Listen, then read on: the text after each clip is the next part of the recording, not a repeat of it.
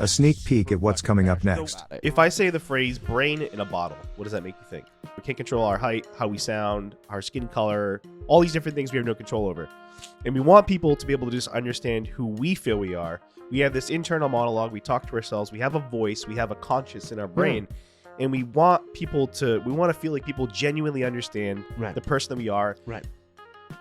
And we don't have control over that. We can't control how other people perceive us. Right. But what it means to me when I hear brain in a bottle, I think that it's the human experience and the desire. Yes. Like we want to be understood and accepted for who we are, and this brain in the bottle. Right.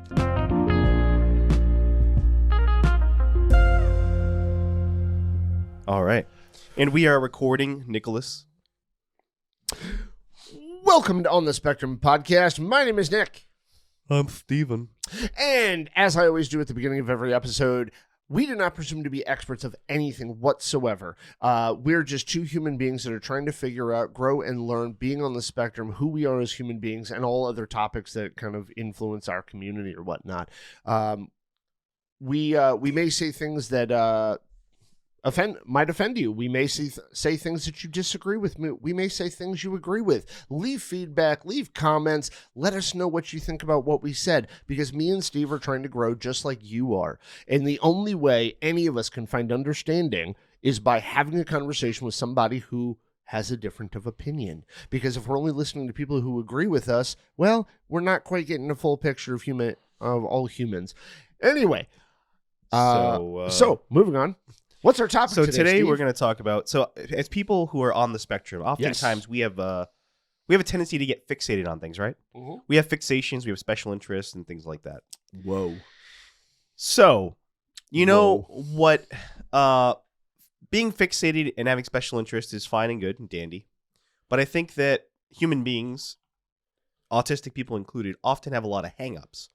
I feel like sometimes we get stuck on things that at the end of the day, we kind of lose track of the big picture of what's really important. And so I kind of wanted to talk about that a little bit. It's something that was stirring around my brain this morning. I was taking a shower, and I was thinking about if we were to experience like a nuclear holocaust right now. Let's say a bunch of bombs go off, and we're all just fighting in zombie land, trying to survive. We're doing another hypothetical? Well, the hypothetical is just to try to put things in perspective. No, I know. What really matters. And for you, I would say, if I had to guess, like the things that would matter to you is making sure you have your kids and making sure you can survive and take care of your kids. And anything besides that probably wouldn't matter much. You're making me sound like a really loving, kind, and thoughtful human being. I think that you would want to make sure you have food and shelter for your kids, and that's it. And maybe that sounds dumb to people. They're like, oh, yeah, well, of course, right? But no, I agree with you, Steve. What I'm saying is that we worry about so many other things. Yes. That at the end of the day, do they matter? Everything matters to somebody to some degree, but it's like, sure. What's more fundamentally important? Right. Fundamentally important things to all human beings are based on our survival, or if you have kids, the survival of your kids, right? That's pretty much what matters at the end of the day. And I feel like we get hung up on words, terminology, how other people view us. There's just a ton of things that really don't actually matter. True statement. I actually agree with you completely on this. Like, if we boil it all down, and if we really look at it, what truly matters in our day, what truly matters in our life and our week. Granted, I was trying to make a joke about, like, what would I truly want to have around and what would I truly care about? Coffee. No, but you're absolutely right. I would want to make sure that my kids are taken care of. I would want to make sure that they have food, they have shelter, right? Basic needs, right? That's what really matters, is making sure people have basic needs. And in your scenario, I only bring up the hypothetical because you had that thought experiment that we did before about, businesses being neurodiverse, or a totally neurodiverse society, as we eventually talked about. But in this regard, if there was, like, say, what was that movie? Oh, doesn't matter what the name of the movie was, but there was some apocalyptic thing. Yes, it was a post-apocalyptic movie where the end of Escape from L.A.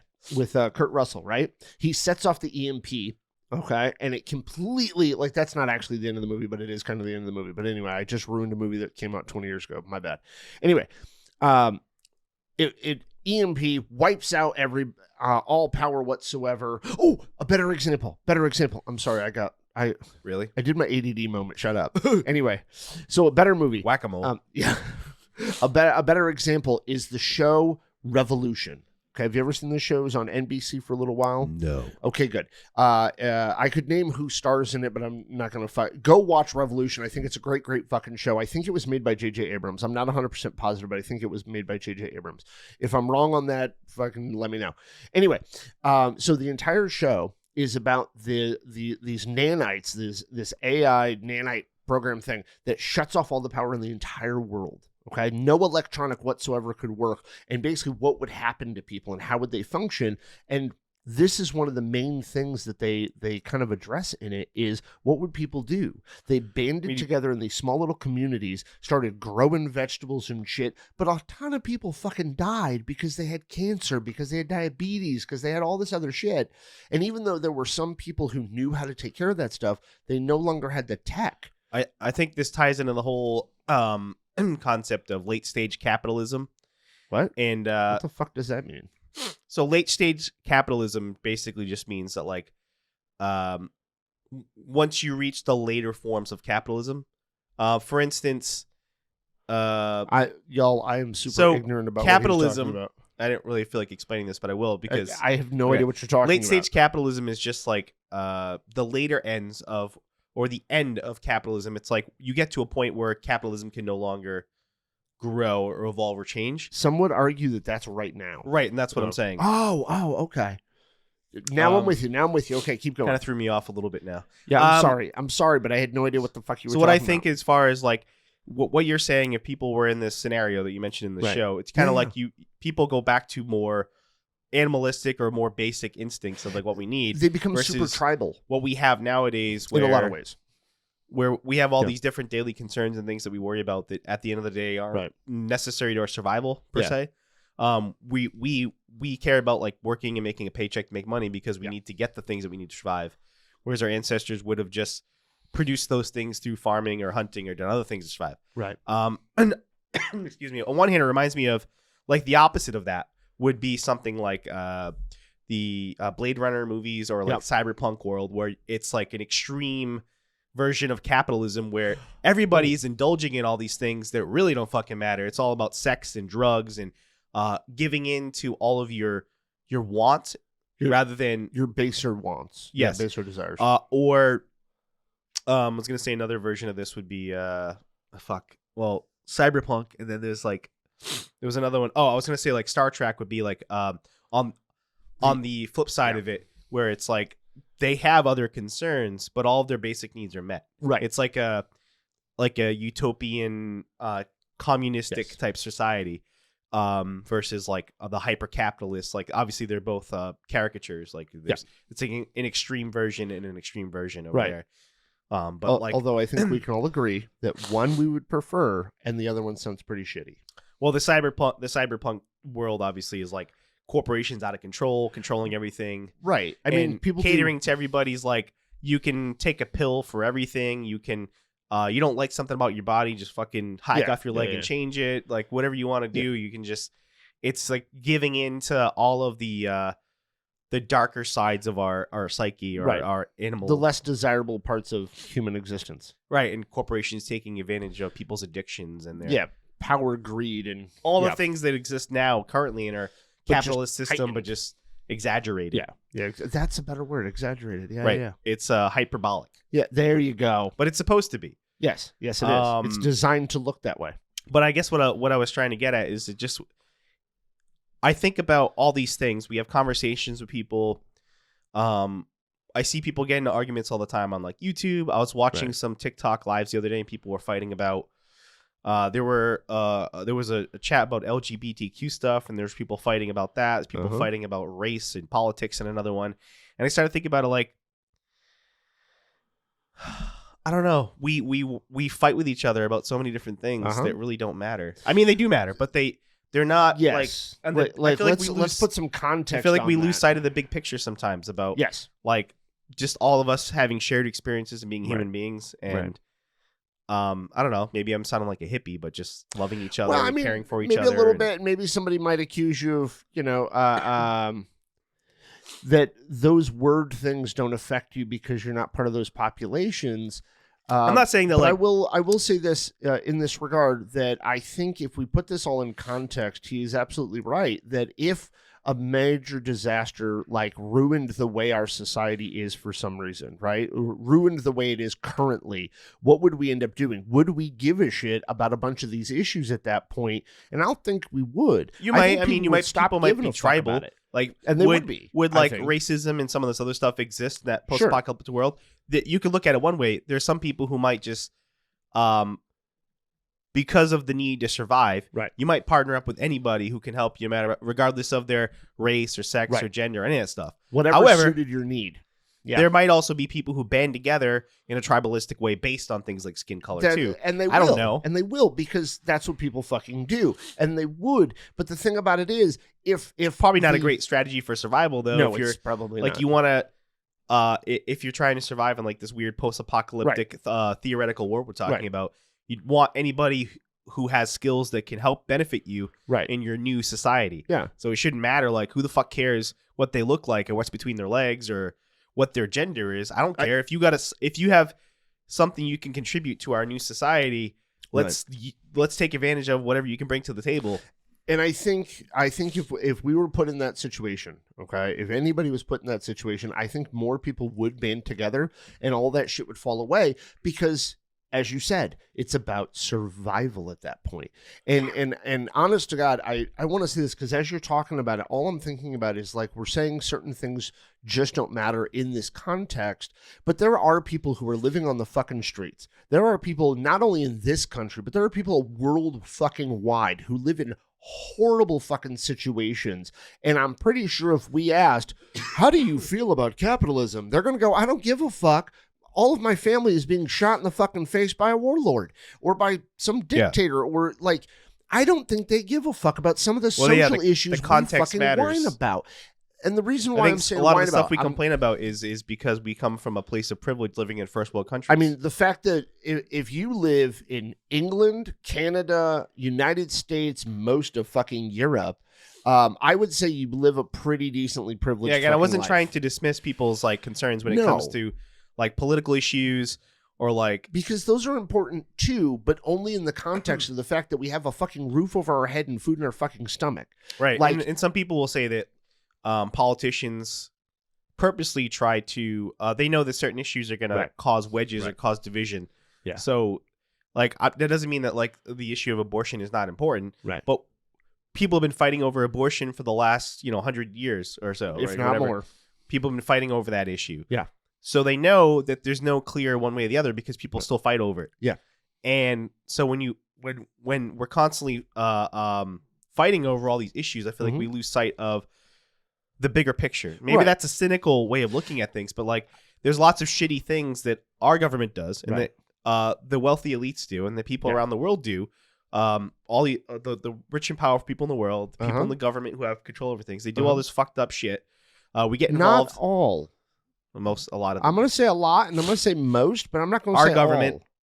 The British government has done lots of horrible things. Yes. Every single government on the goddamn planet has done some fucking stupid shit. But these are known. Every member of the government is shitty. These are known political tactics that people do. Yeah. I know. You have I know. distractions. I just didn't want to overgeneralize and shit on an entire group of fucking people because of a single identifier. But that doesn't mean that. That doesn't mean that like the issue of abortion, which I just mentioned as an example, it doesn't mean that issue is not important. It is. It just means that they know that it's a hot button issue. Right. So when people drum up fucking shit about it, and I'm probably sounding like it's conspiracy theorist, but I think a lot of times those issues are used as a distraction because they know people are going to argue about it. Oh, and I actually agree with you. I think not to go too far from our point, because I actually want to stay on our point about putting things in perspective, because I actually think perspective and context are lost far too often, especially when it comes to Americans. We fucking lose perspective regularly. But I guarantee every politician, every governmental person sits there and goes, what issue can we get people distracted with? I guarantee that fucking happens.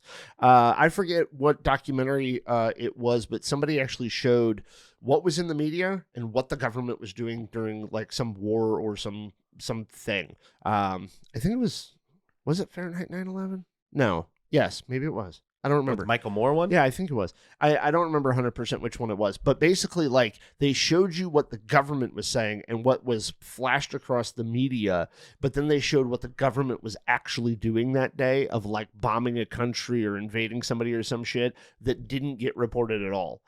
And, like, I thought it was this interesting contrast. Once again, I'm probably going to sound like a conspiracy theorist. Yeah, all right. But there's truth to a lot of, like, I think the bigger issue when we talk about the government and all the stuff that we're worried about, it's more so we're not talking about like individual politicians necessarily. We're talking more about certain agencies and bureaucracies that have control over things they're unelected people. Yes. We're talking about the FBI, the CIA, and other government agencies. Like, we know a lot of fucked up stuff the CIA and the FBI's done. Oh, yeah, because things that were declassified, interfering in foreign governments, doing weird fucking tests on on citizens. Right. I said human citizens. I mean, it's U.S. citizens. Not that it would have been better if they were doing it to other people. But, right. It wouldn't be better either way. They're still fucking up people. Like MK Ultra trying to mind control people. Fucking fucking purposely infecting people with diseases and shit. Syphilis. Did you know that they invented a heart attack gun? No. Yeah, the CIA. This is another thing that was declassified many years ago. They invented a gun that shoots a. No, this is true. No, I'm not doubting you, but I'm thinking of the men who stare at goats. It shoots an ice bullet. It's a little ice bullet, and in it has poison from a fish. It's like the most poisonous venom. Oh my god! I think that was on an episode of Bones. It might be, but this was a real thing that they used. Holy shit, really? We don't know how they used it, but there's theories out there that we used it to assassinate people in other countries. Because I don't think they declassify what they used it for. Well, why would they? But basically, it's untraceable because it's a little tiny ice pellet. It goes in your skin, and then it melts. Yeah, it just melts. And you get this poison from a fish, like a fugu fish or something like that. Some really poisonous venom. Yeah, and it stops your heart. And nobody has any idea why it's in the body. And then it's untraceable. Yeah. So it's fucked up. Holy shit, y'all. But I'm sure they have stuff that's way worse than that. Oh, they're probably way worse. That we don't know about. But it's that and the it's all those people that are not held accountable because they're not. We don't have any control over those agencies, right? The president is supposed to have authority over them. Congress really does. Well, the president's supposed to direct those. Because they're part of the executive branch. Yeah, I understand. I understand the breakdown of it, Steve, but ultimately, like, if you're the head, you're the head of the FBI, okay, and like 3 presidents go by and you've been the head the whole time, are you really the asshole who's listening to president, or are you going, yeah, okay, good suggestion, guy? Like, you know what I mean? Yeah. That's the way I look at it. But, like, if Congress steps in and says, we're going to cut your fucking funding unless you show us some fucking results, what are you going to do? You're going to make sure your people show fucking results. By the way, I'm not trying to defend the FBI. No, they've done a lot of fucked up shit. I forget where I was going because I was saying I didn't want to sound like a conspiracy theorist. It was the bureaucracies, but there was a second point I was trying to make that I can't remember now. I'm sorry. But it was the... fuck. My DDD just fucked you all up. Well, it's the bureaucracies and all that, and it's the agencies and the bureaucracies that that are in the federal government. Mm-hmm. They have the control over things, but also I was gonna say, I don't remember where it's going. I'm sorry. I keep saying that, but I do actually feel guilty that I probably distracted the shit out of you. So let's go back one point about your what really matters thing. Now, obviously, we're trying to tread a little bit careful on this because we don't want people to think that their issues or the things that have affected them, the things that have caused trauma to them, the things that offend them, we don't want it to sound like we're saying that those things are unimportant totally. But what we're trying to do is put context on it a little bit, okay? Because, and I want to tell a little bit of a story. In my previous line of work, I worked with folks who are, I don't know what the appropriate term nowadays is. Houseless? Houseless. Just say homeless. I mean? lacking roof overhead people. I don't know. I think homeless is still the appropriate. Yeah. I could have sworn there was a new way to say it, but I'm gonna go with homeless. I hear everyone still uses homeless, as far as I know. Yeah, all right. I'm gonna go with homeless. Anyway. There was a homeless person I was working with, and we were doing a group of a certain type, and we were talking about gratitude, and the reason why. So this is part of the program we were in. It's one of the topics you cover in that program. You talk about gratitude. It's one of the things that helps recovery, and I already kind of knew this idea of like what the fuck is somebody who lives on the streets and barely is able to feed themselves. They don't eat every day. They barely have a way to stay warm in the winter. Like, what the fuck are they truly grateful for? But I still have to, not have to, but like this is still a topic that can help people in recovery. And so I ran the topic because the majority of the people in the room, but it kept occurring to me while I was talking with these people. I was looking at the facial expressions the person was making. And so afterward, I was talking to them and I kind of said, I understand that this topic may not be the best for you. And this person said, my situation, we've talked a bunch of times, I live on the streets, and all that kind of stuff. And they said, but what I'm grateful for is I live in a country where there is a possibility for me to get those things again. And I said, but even in the situation you're in, where you have, and I didn't word it this way directly to the person, but they have nothing at all. I mean, literally this human being had the coat and the shoes on them, right? They had the clothing on them and that's all they fucking had. And all of that was given to them. Anyway, they have nothing and they were still able to find something in their life they were grateful for. Okay. So they were able to put some shit in context there, but like this person doesn't give a shit about social issues. This person doesn't give a fuck about gender gap. Okay, gender pay gap. They don't give a fuck about equality in the moment because they have fucking nothing. And when people talk about those things, and then they talk about things like privilege, who has, who does not. I think about this person that I met a bunch of years ago who has fucking nothing. They don't give a fuck how much they get paid or if somebody else gets paid more than them. They just want a fucking job. They just want a roof over their head. They don't give a shit how much it costs for that roof. May be the case that socioeconomic privilege is a greater form of privilege than maybe all the others. Because when we talk about privilege, there's maybe some of it has to do with like sex, race, gender, sexuality, all these different things. There's a lot of factors that tie into it. If you have a disability. Yeah.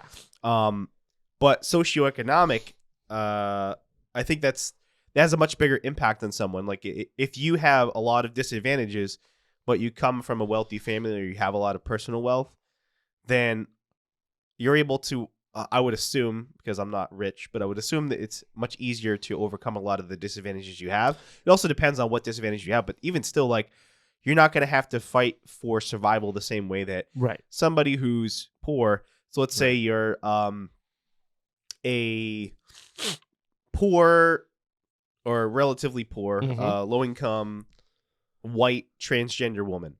Yeah. But then somebody else over here is maybe they're disabled, they're in a wheelchair or something. Maybe they're black, but their family's rich, they have a lot of money. They're both going to have different challenges, right? But I think wealth, especially generational wealth, which is one thing we talk about with inequality when it comes to like race and stuff like that. Yeah. That's a bigger form of privilege than maybe any other, but maybe I'm just talking out of my ass. Well, I mean, I think there's something to what you're saying. There's probably more factors to it than me and you can name or think of in the given moment. But one of the reasons why I brought up that word privilege is because people look at me and you and they automatically assume certain things about us because we present as male, we present as being masculine, as men. Do I really present masculine though? Is it the beard? Yeah, I don't think I present masculine either, but motherfuckers accuse me of it. So anyway, I actually think I'm far more effeminate than a lot of dudes that I know. But anyway, we present that way, and we present as, although I'm accused of being fucking hetero on a regular basis. Oh, sorry, let me use the newer term. I'm accused of being cis regularly. Although I never really correct anybody because what the fuck, I don't care what other people assume. But my point to it is just people will assume things based on those two characteristics and only those two characteristics. They have no idea how we grew up. They don't know what our families were like. They don't know what traumas we've gone through. They don't know anything about our mental health. I mean, we're on a podcast for being autistic, so we're openly saying we're autistic, but people still automatically assume that because we're level 1 autists, because we look two specific ways, that we have gotten advantages that others didn't. And yes, we have. And one of the advantages, one of the privileges we got was we were born in the fucking United States. Yes, being white, has that helped me? I don't actually directly know, because I wouldn't 100% know if I got hired over somebody who was more qualified than me, who was of another race. I wouldn't know that part, but it probably happened. I don't know. More than likely, it probably happened, actually. I don't 100% know that. Just being in this country, living in the UK, the United States, living in Canada, living in most of Europe, I wouldn't say all of Europe, but living in a lot of Europe, I should say, there were advantages to being in those countries. Just being born in those countries. Now, anybody who wants to look at it and go, well, I'm still poor in this country, I want you to remember this person that I met, who I'm not going to identify by gender or name because it's not appropriate for me to do so. I want you to remember that there are people living on the goddamn streets and you're not. Like, I'm sorry I'm getting a little emotional about this, but it bothers me to hear people talk about how little they have when there are people in this country by itself who have far, far fucking less than they do. There are people who are being abused while we speak in this country who have far fucking less than these people, and they want to whine and moan and say it's my fucking fault that they're in the position they're in. The person who is being far more abused deserves way more attention than somebody who's got a roof over their head and food in their fucking stomach. If you have the ability to go on a social media site and bitch about your problems, you are fucking privileged. Sorry. Well, I think that's not to say that they have issues, they have struggles. I don't want to diminish that. Thank you for giving me some context, or at least prompting me. Well, it's also like if you're, you have struggles in your life. Whoever you are, whatever your struggle is, you have a struggle in your life. Well, that's kind of what I'm saying about the socioeconomic thing. Yeah. Like, sorry, if you're a black person, right? Yeah. And you have certain things that are going to be, they're going to come with that. As being a black person in America, you might be treated a certain way, and there's going to be some systemic racism and other things that you're going to have to deal with to try to overcome, right? But a bunch of we're all going to have to overcome. I think what we were saying is, like, if you are there may be other things. There's other factors besides just you being black, right? Like, if you have wealth, if you don't have wealth, what kind of school you went to, where you live. Yeah, those all things play into it. I brought this up before, and I'm sorry to... The same thing, if you're a poor white person, you're going to have some privilege from being white. Right. But if you come from a poor background, obviously, if your family's poor and you're poor, your life may be worse off than the black person who's facing discrimination because of their race. Right. At least worse off when it comes to, like, your ability to provide for yourself and food in that way. Like, define worse off, right? It's all subjective. But I mean, like, you're if you have wealth, that's what I was saying before. I think if you have wealth, or if you come from generational wealth, that's probably a bigger form of privilege than maybe any other. Yeah. I agree with you. I was going to point out, and I've told you this story before. Probably sound ignorant, but we sound whatever way we sound. We sound the way our context and our experience has given us. And if anybody wants to find us ignorant or whatever because of the things we're saying, then talk to us and help us understand from your perspective, because that's the only way we're going to learn differently. You could say, well, you could just go on the internet. Where would I start? What would be the first words I'd type in? Nick is ignorant? Like, what the fuck? Help me understand by having a conversation with me. Don't write me off as just being a white fucking male and saying there's no way I can fucking understand, because that's not goddamn true.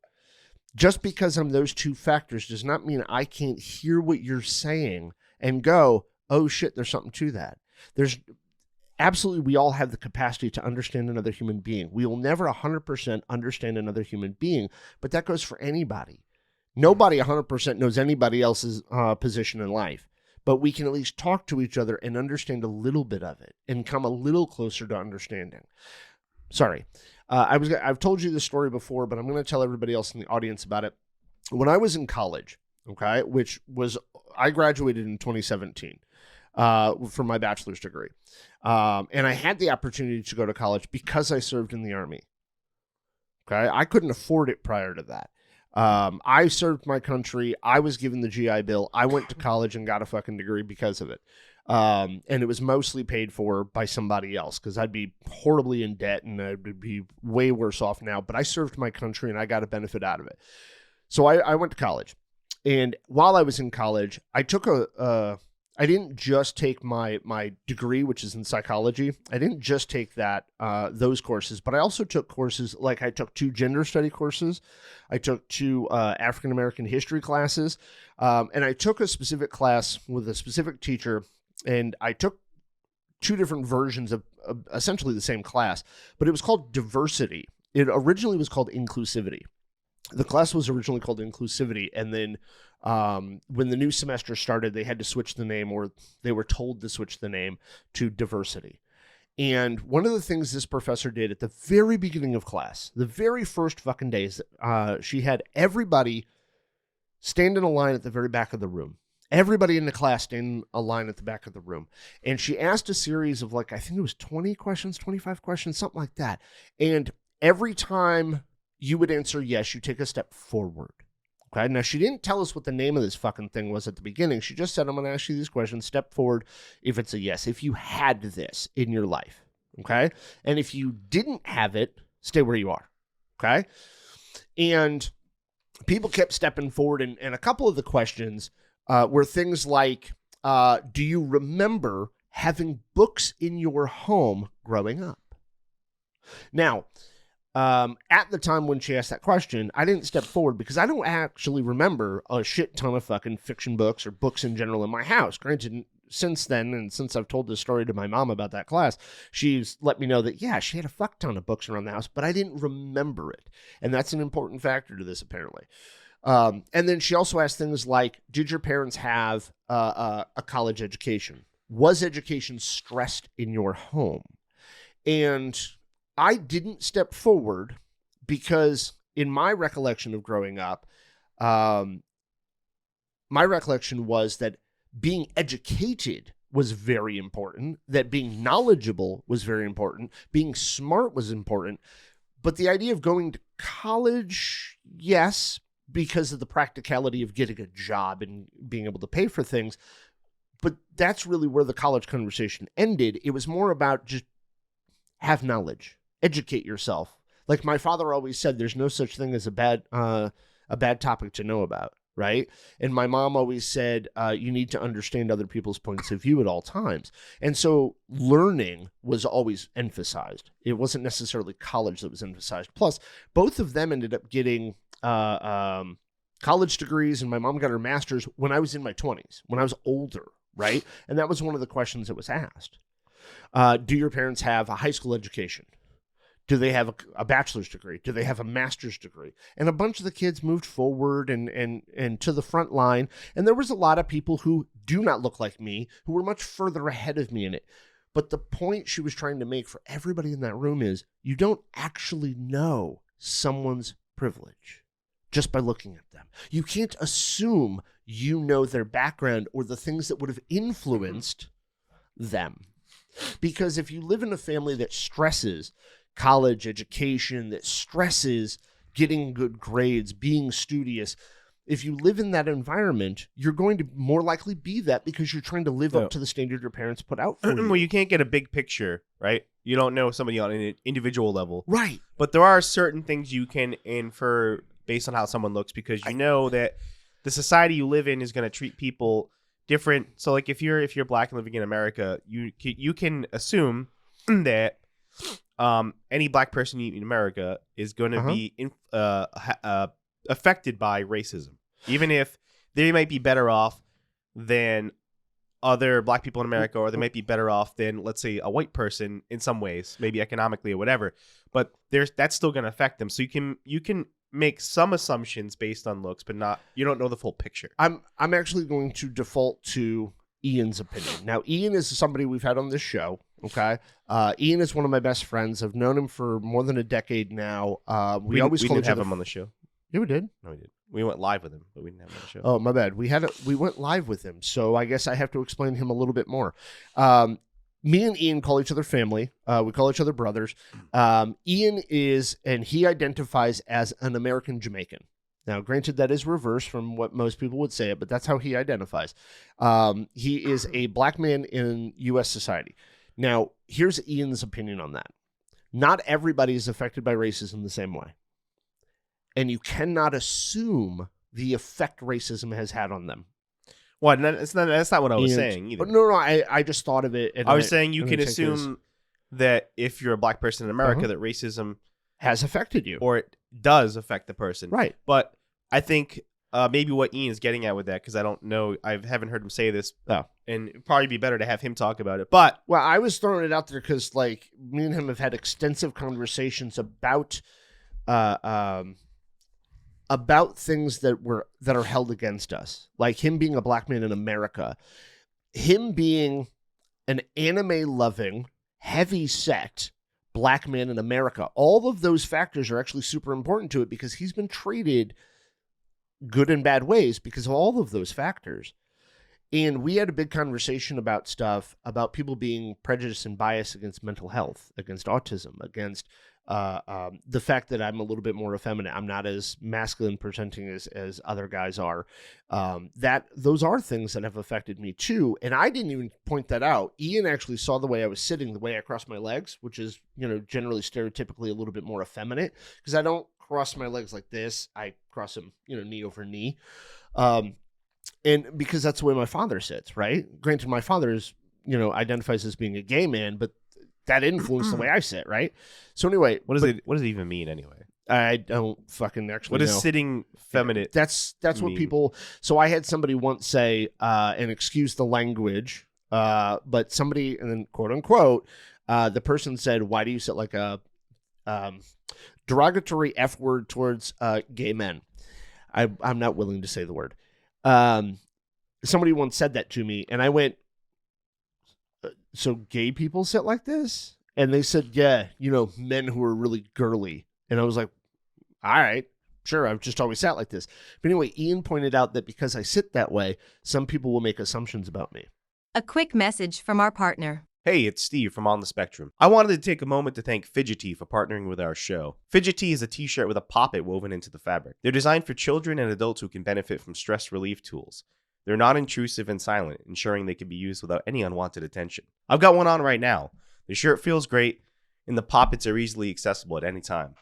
If you'd like to check them out for yourself, go to fidgety.com. That's FIDGETTEE.com. Use promo code onthespectrumpod for 20% off. And now back to the show. And we had more conversations about this kind of stuff, and he was like, I guess in a way you could possibly understand what it's like to have somebody discriminate against you. And I at the time I never really thought about it that way, but he kind of proposed that idea, and I've thought about it quite a bit since then. What was my initial? Oh, you can't. So like his point behind it was just because you see somebody in certain ways, and yes, you can make, because 90%, if not all, people of a certain race or all other races have had some level of racism against them, but you can't assume the impact it's had on them. You can't assume that the person was horribly traumatized by it. You can't assume the level, right, of the impact on them or the influence that it's had on them. And I agree with that because the context matters to that. Because as you were saying about socioeconomic, right? If you grew up, if you were what does Russ want me to call it? BIPOC. Sorry. I was trying to pay respect to Steve's friend because I was told I should not say things like non-white. Even though in context of that conversation, I think I specified. But excuse me. when you look at BIPOC, by the way, just means Black, Indigenous, and people of color. I always So just say people of color, but it's just a way to summarize people who are non-white. yeah. So that entire community in the United States, you can't if any member of that group has grew up in a much wealthier family, a multi-generation wealthy family, right? Which I know is a rarity, but it fucking happens. If they grew up in that, yes, racism affects them. Yes, they know racism exists, but it definitely affects them way less than somebody who was born into a lower socioeconomic family, right? Maybe. I don't know if I would say. And I don't know that for certain. I don't know that for certain. You could grow up in, like, let's say, because I don't. This is a difficult conversation because neither one of us have been affected by this, but I could theorize in my head a scenario where, let's say, you're a young Black person, you're growing up in a rich neighborhood, but maybe there's not a lot of other Black people in your neighborhood, and people single you out, or they pick on you or make fun of you because of your differences, even though you're in a rich family or like a wealthier. Well, so what I mean by that is, yes, that is most likely going to happen. I will not deny that is definitely something that's going to affect somebody, and that could traumatize somebody quite a bit. That same person, because they grew up in a wealthy family, they will not have to scrape fucking by like somebody else. They will not have to worry about fucking paying back their college debt. But mommy and daddy might be paying for that debt. But we also see that a lot of times, and this is true, I don't have the numbers off the top of my head, I have to look it up. But when you look at things like suicide rates, right? Yeah. They are higher among wealthier and upper middle class people. Poor people don't kill themselves at the same rates that wealthier people do. And you look at a lot of rich celebrities or famous musicians who have substance abuse problems or end up killing themselves. Deleting themselves. Well, we can say it on our podcast. I know. Not for TikTok or whatever. But like, if we're going to clip this, keep going. Just keep going. The point is that you can be in a wealthy family and still have severe mental health issue problems. I don't know. Now, I don't know the reason why the suicide rates are higher among wealthier people or upper middle class people. It seems to be that, like, some of the severe depression problems and suicide things come from people who have a little bit more social economic privilege. Yes. I don't know why, but it seems to be the case. If you're a poor person, you're less likely to off yourself. Well, God, that's yeah. I never really thought about that, but you're right. I think it's because I got more time. That sounds really dismissive, but they probably because they have more time on their hands. What about, like, all these celebrities and stuff who end up killing themselves? They got more time on their hands. No, look. Well, maybe because you're not fighting for basic survival, right? And that's what I was about to say. Probably a nicer way of putting it. if you live in a lower socioeconomic neighborhood, if you have to work 2 fucking jobs to scrape by, if you got to take the bus to work all the goddamn time, like. You don't if have you time work to a think about shitty killing job, yourself? yeah, you don't have time to think about your fucking mental health. You got to fucking work, right? Like, I've lived in shit ass neighborhoods. I've had to work multiple fucking jobs, not for super long periods of time. Please don't understand me saying I'm right there with you. I didn't have to do it for super long periods of time, but I did live in a shit ass neighborhood. I had a roommate, but his ass couldn't keep a fucking job to save his life. I worked multiple fucking jobs to pay the fucking bills. I had to take a fucking bus to work or even walk the fucking distance to get to work. It's horrible, but you don't have time to fucking stop and think, do I have anxiety? No, your ass got to get to work. You don't have time to think about, am I depressed? No, you got to get the fuck to work. And you got to do your goddamn job because you have to worry about being fired. You have to worry and make sure you keep your job. You got to make sure that you're doing your job right. You got to look right. You got to make sure nobody knows that you're poor as fuck. You got to make sure that no one has any idea that you just shared a package of ramen with another grown-ass human being because you can't afford food. A couple things I want to say real quick. Yeah. One, sorry. I try to prefer to speak to things from our own experience. Not that I'm saying that it's not okay that we kind of go off and start talking about other people or other groups of people. That's fine, but, like, I think that it's easier for us to speak on things that we have personal experience with. 2, Um, the one of the reasons I wanted to talk about this particular subject, as far as like putting things in perspective and what's really important, is because I'm kind of sick and tired of trying to tiptoe around all the time when talking about my thoughts or my feelings. I worry a lot about how other people are going to react, and I worry about upsetting other people. And I feel like I need to let some of that go and just feel free to express myself more. I think you should too, especially on our podcast. The third thing I wanted to mention is I've been doing a lot of thinking recently too, and I've been thinking about how throughout my life, despite the way that I look or I present, whatever, people have always made certain assumptions about me. Right. A lot of women I've dated have accused me of like being gay.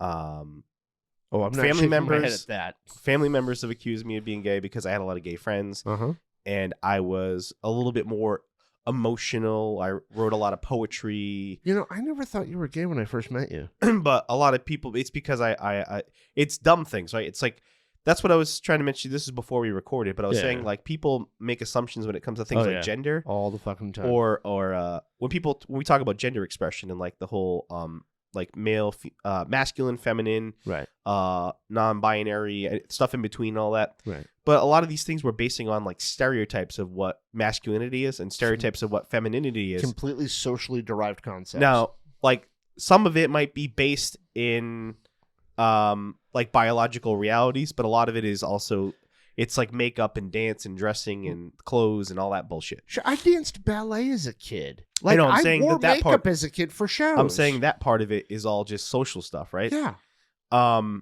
You could say like, is there a certain part of, this may be controversial, but whatever. Right. There may be a certain part of being motherly that may be associated with femininity that is not entirely socially constructed. I think there is some sort of base motherly instinct that most mothers have. Is every woman motherly? That not necessarily. I was just about to point out that it might happen a lot with women, but I've seen some mothers who didn't give a rat's fuck about but the I'm baby. just speaking in generalities. Yeah.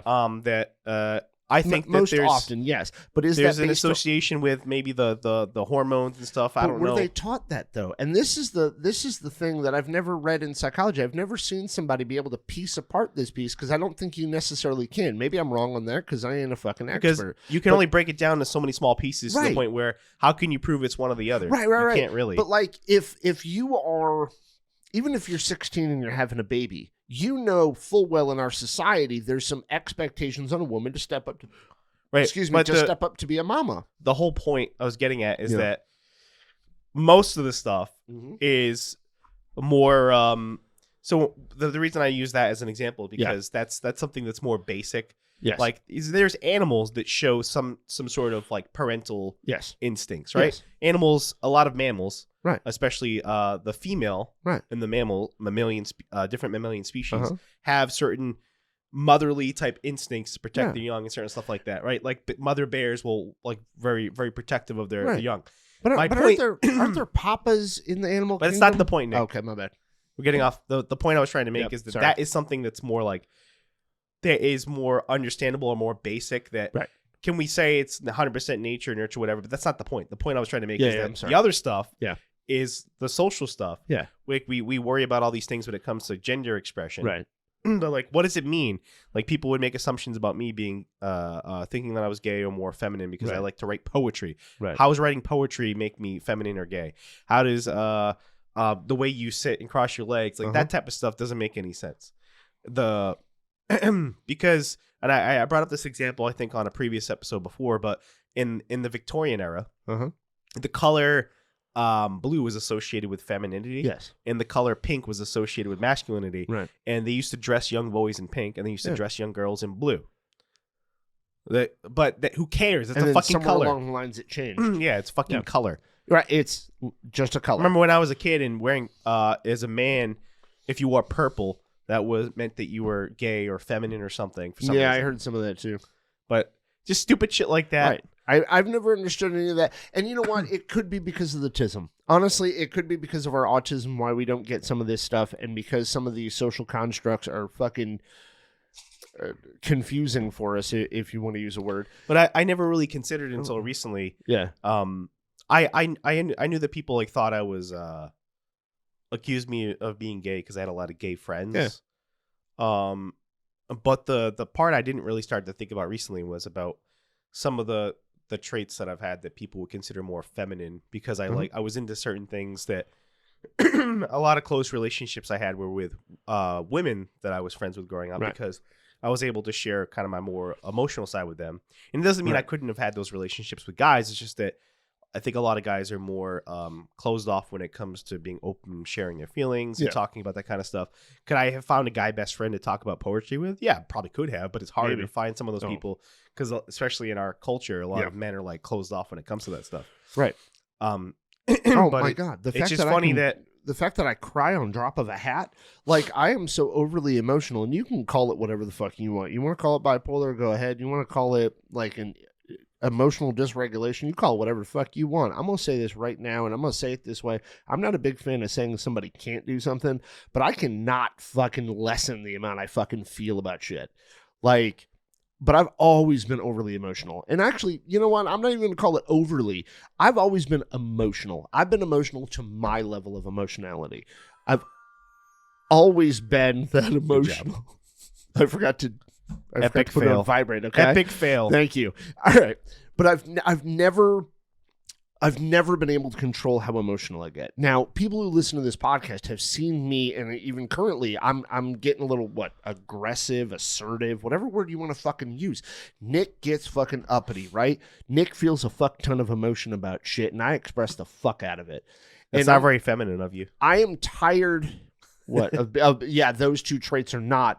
But like, I have a fuck ton of emotion. What does that mean anyway? But I, yeah, like, why can't I just express it my women. fucking way? Right? Yeah, exactly. But the thing about it is, like, people have always, and I've always felt guilty for being this emotional of a person. I'm emotional. Like, I can watch a commercial and cry because I get emotionally attached to it.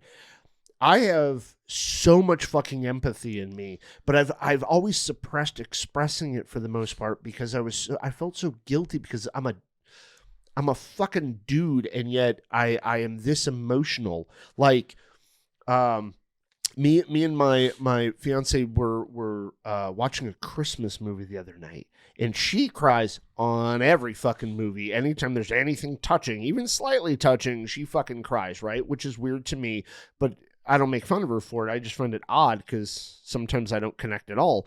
But we were watching a Christmas movie the other day, and it was this dude's dad and him reconnecting, and I got daddy issues, and they were reconnecting, and I couldn't help it, but I started getting emotional, but I also felt so much shame and guilt. And I'm tired of feeling guilty for having emotion. That's because I have it. You're as a male, you're affected by the patriarchy. Well, okay. And you're expected to behave a certain way. Yeah. I get the social expectation and all of that, but I also understand that, like, part of the reason why I felt guilty is because I've always felt as if I have too much emotion, because people have always told me I'm too expressive.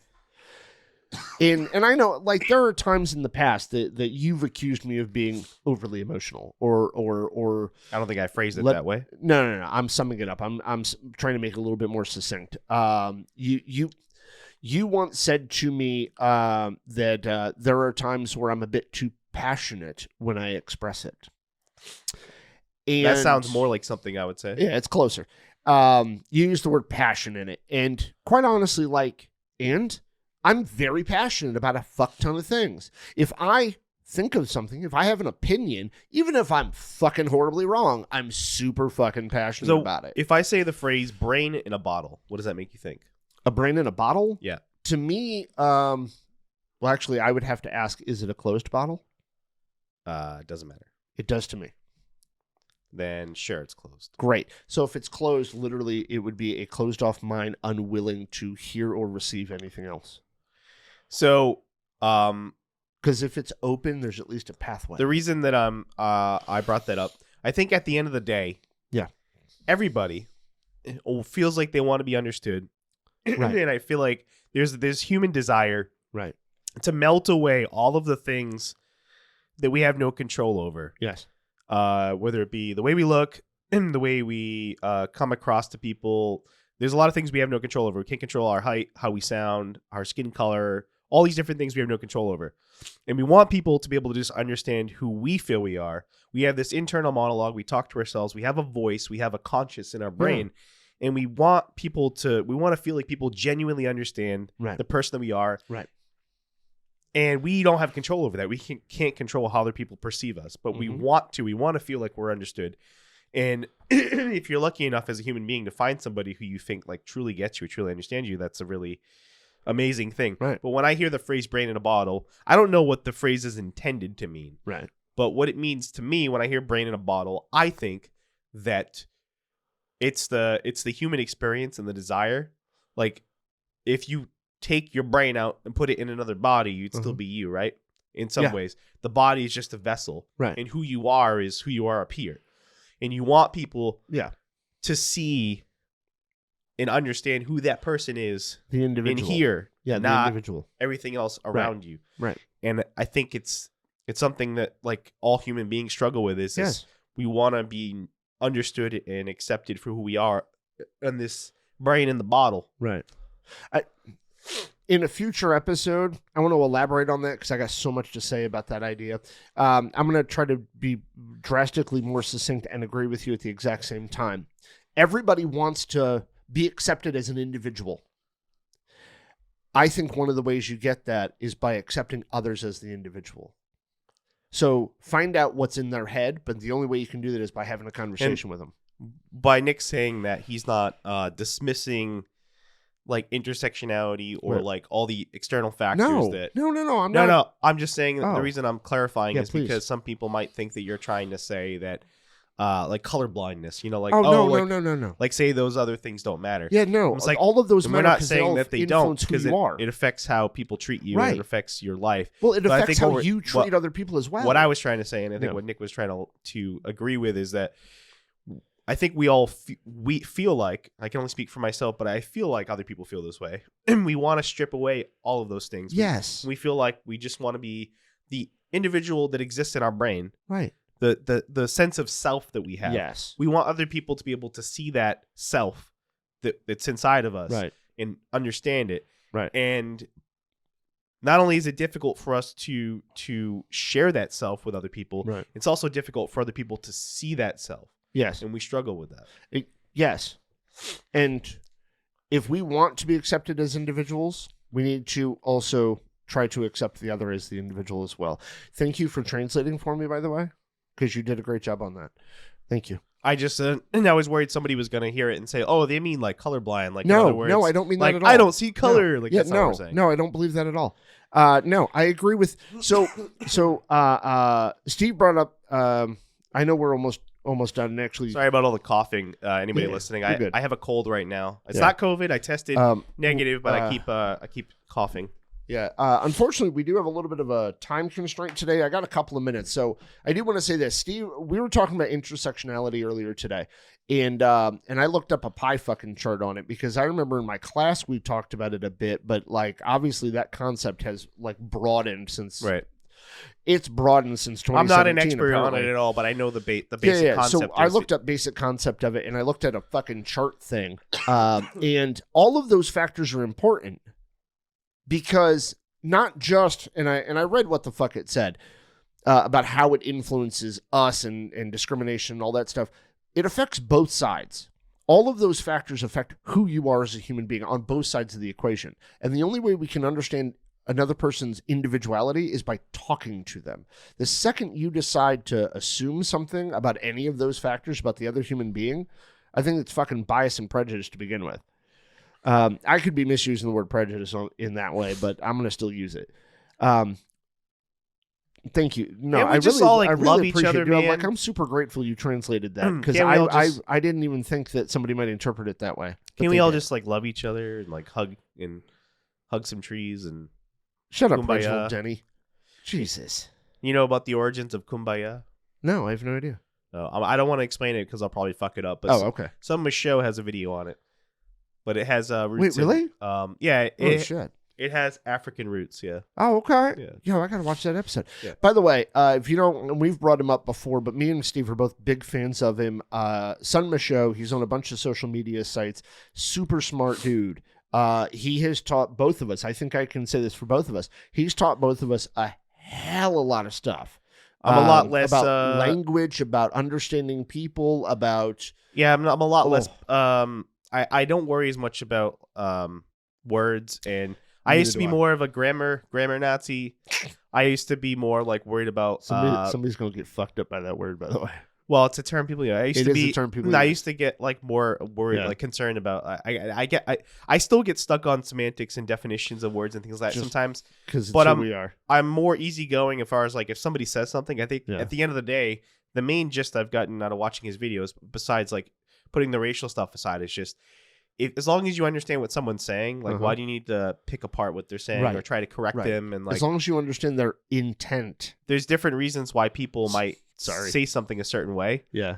In fact, he just did one the other day because somebody corrected him about chin. I'm gonna mispronounce the shit out of it, y'all. Yeah, the stuff that's made from shells. The CHI thing. Yeah. But that's the point. Is like as long as you understand what the person's saying, right? Why do you need to be an asshole about it? Yeah. And like, I know that I can be pedantic and I can also get too. stuck on words and definitions and all that shit, and I struggle with that. But I've tried to just let it go more often now, and a lot of that is because of him.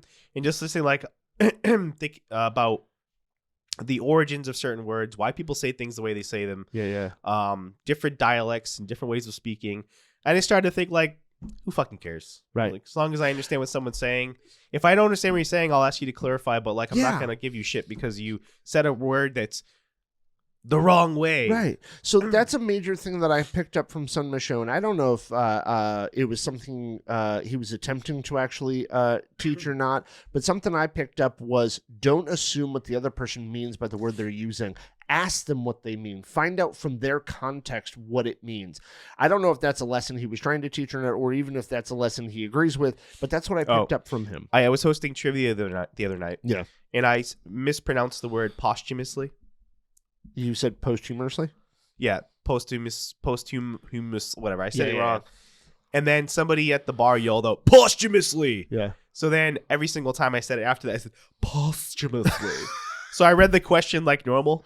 Yeah. I was like, what actor, it was like about an author. What author wanted a Pulitzer Prize after, for this book, posthumously? Yeah, and I just purposely said it like that every single time, which made everyone laugh, but I was making fun of the point that person felt the need to correct me. Like, if you know what the fuck he meant, shut the fuck up. But posthumously. Yeah. Well, I mean, because they kind of made the assumption that you fucked it up on purpose. Well, maybe you were taught that it was posthumously. Yes, it's a mispronouncing. I actually found out that some whatever. words that I learned were the incorrect pronunciation when I was in school. Yes. Also with Spanish too, because I took 5 years of Spanish. Holy shit. And then when I spoke to Spanish speaking people, they'd be like, that's not how you say that word. Right. I'm like, oh, okay. Well, I mean, when you learn a language in school, they have a tendency to teach you like this super uber like formal version of it. The dialect that I learned was actually a dialect from Spain. Yes. And so, which is but like most of the people, formal. but the people that I spoke to are usually like are from Latin America, right? So, and depending on where they're from in Latin America, like people use words differently in Mexico. The accent's different versus like Dominican Republic, which is very different. Oh yeah. In fact, a lot of people that I know that I've spoken to from like Mexico have trouble understanding people from DR because the accent's different. They use different slang terms, different words. That and they would. It's and a the words fucking country. and even the same words can have different meanings because the context. It's like Puerto Rico, DR, South America, Portuguese in Brazil, Portuguese in Portugal. Yeah. So even on the islands, even the Azores speak a little bit differently than the mainland. Like a lot of the South American countries tend to not. You know how like certain Latin American countries they tend to speak Spanish very fast. Or they tend to speak very quickly. Like Dominican Spanish, they're known for speaking very fast. Oh, okay. But like South America, like Colombian, Peruvians, they speak much slower. Oh, really? Yeah, it's kind of like how in the South, people say that people in the South talk slow. Yeah. And they accuse us of talking fast up north. Yeah. Kind of like that. But people, so there's a lot of differences. But like it's just interesting. Like when I speak to people from other countries, and I've tried to converse with people in Spanish in other countries, they're like, oh, like they have different versions of the words. So I've learned things from different people that I've spoken to. But I don't know why I went on that tangent. No.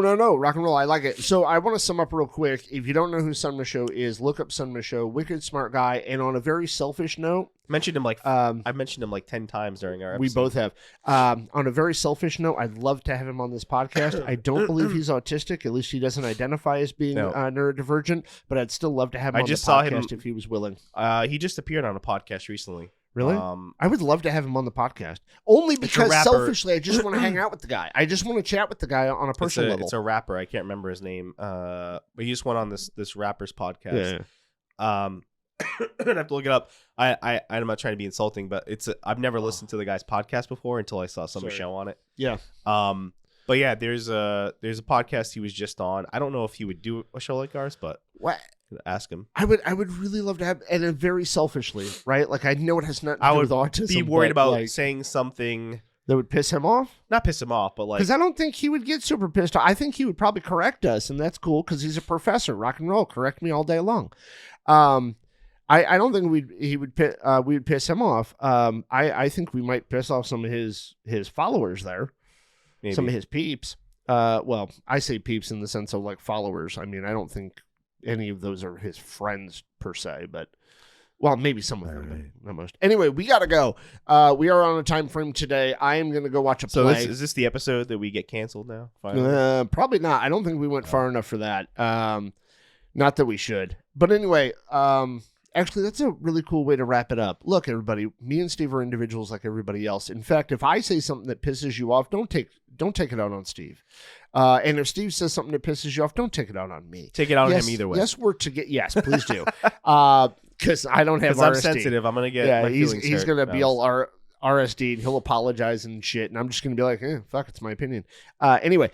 But don't take it out. We are individuals. We want to be taken as individuals, and I can say on a personal level that if I could not identify as certain things, I would love to strip that away from me. But fuckers are gonna just identify me that way anyway. Also, so I hope you enjoyed the episode. Yes, we had fun. So. If you enjoyed us, you want to support us, go to Patreon. Yes. We have patreon.com/onthespectrumpodcast. I set it up recently for us. Yes. We've had it for a while, but I didn't make it live because I didn't feel we were ready. But now we're ready. If you want to support us on there, we are looking to create tiers at some point. For right now, it's just one tier. Right. I think it's $5 a month, and we're going to give you credit on our episodes. Yes, for supporting the show. Say your name, if not, just have it be rolling past the screen. Look, me and Steve want to be able to do this full. Yeah, okay. That was a great way to end. I'm sorry. I was about to continue, but we're out of time. Okay. All right, thank you. Bye, everybody. Always have to have the last word, huh? I really fucking do. If you have any feedback, if you disagree or agree with anything we said, please let us know. Thank you.